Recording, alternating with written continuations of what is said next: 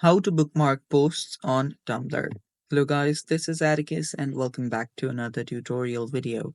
In today's video, I'll teach you guys how you guys can bookmark a post in Tumblr. So without any further ado, let's dive right into it. First step, open up your tumblr.com. Head over to Tumblr and make sure you're logged in into your account. So after you're here, you might have noticed that there is no actual exact save feature for Tumblr post.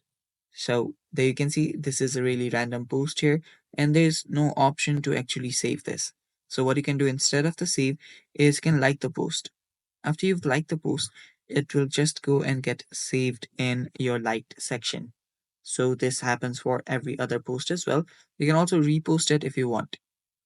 After that, what you can do is if you head over to the left sidebar, if you tap on your accounts option, there you will see the likes option there. If you tap on it, you can then head over to see the post that you recently liked.